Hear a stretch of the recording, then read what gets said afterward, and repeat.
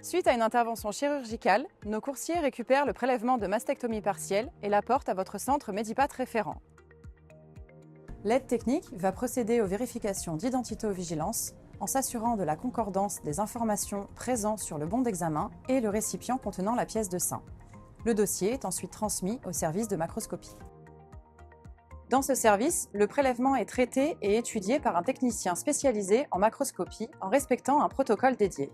À réception, le prélèvement est tranché et immergé 24 à 48 heures dans une solution de formol, un fixateur permettant de conserver les tissus. C'est à la suite de cette étape cruciale que le technicien va examiner la pièce. Il oriente la pièce grâce à la présence de repères comme des fils de suture ou métalliques afin de pouvoir l'ancrer.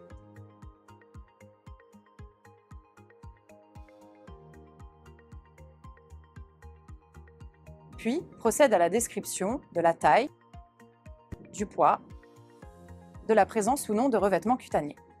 La pièce opératoire est tranchée en totalité. Chaque tranche est observée et palpée afin d'identifier la ou les tumeurs. Une fois localisée, la tumeur est mesurée et toutes les informations sont reportées sur la fiche de description technique macroscopique associée à la demande d'examen.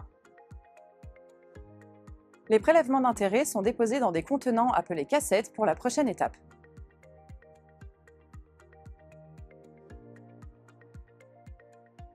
Les mastectomies partielles peuvent être accompagnées d'un ou plusieurs ganglions sentinelles, qui sont les premiers acteurs de la réaction inflammatoire susceptible d'être métastatique. Ils sont eux aussi mis en cassette pour analyse. Les cassettes vont subir différents traitements dans un automate permettant l'imprégnation des tissus en paraffine. À l'issue de cette étape, on procédera à l'inclusion en paraffine. Le prélèvement est figé dans un bloc de paraffine qui permettra sa conservation sur le long terme. La paraffine sert de support pour réaliser une coupe fine au microtome.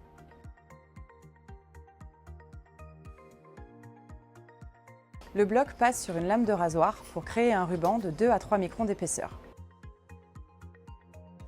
Ce ruban est déposé sur une lame de verre pour y être déplissé. L'exacte image du prélèvement est transposée sur cette lame. Afin de permettre l'interprétation au microscope, la lame de verre est traitée dans un automate de coloration pour mieux identifier les cellules à diagnostiquer. La lame est ensuite lue et interprétée au microscope par le médecin pathologiste. Il pourra demander par la suite une étude immunohistochimique permettant d'identifier les marqueurs spécifiques, c'est-à-dire les protéines présentes sur les cellules cancéreuses. Cette technique permet d'identifier la typologie du cancer, son grade et d'orienter la décision thérapeutique. Medipat s'est doté d'un outil d'intelligence artificielle d'aide au diagnostic venant en complémentarité de l'expertise du médecin pathologiste pour effectuer son diagnostic.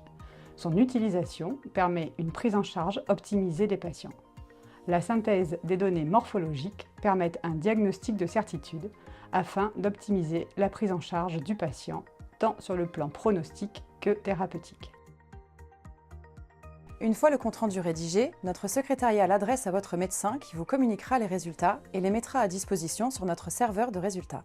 En ce mois d'octobre, dédié au cancer du sein, il est important de rappeler les facteurs de risque que sont l'âge, les formes familiales héréditaires, les habitudes de vie, avec la consommation d'alcool, le surpoids, le tabac et l'alimentation. Il est recommandé de pratiquer l'autopalpation et de se rendre chez son gynécologue ou sa sage-femme afin de repérer les signes annonciateurs d'un cancer du sein, tels qu'un écoulement mamelonnaire, un changement de forme du sein, une masse, un nodule. Le cancer du sein fait partie du dépistage organisé déployé en France. Tous les 2 ans, un courrier d'invitation personnalisé est envoyé aux femmes âgées de 50 à 74 ans par l'assurance maladie. L'examen comporte alors une mammographie et un examen clinique des 2 seins. Un cancer du sein dépisté à son stade le plus précoce se soigne dans la plupart des cas.